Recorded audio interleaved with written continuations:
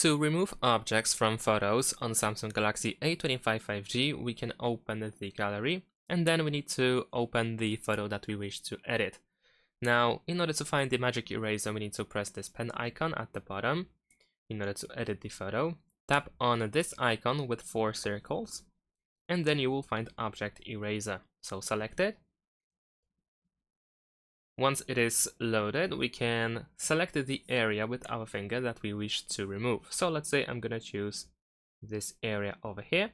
Let's wait for the app to load it. Once the area is selected, we can press erase.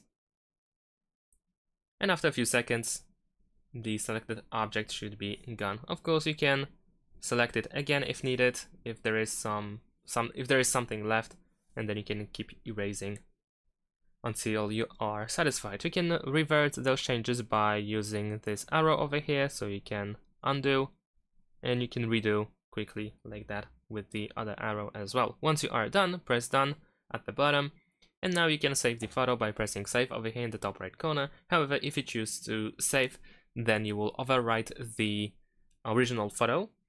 And if you want to keep the original photo and save this one as well, then press these 3 dots in the top right corner and then choose to save as copy.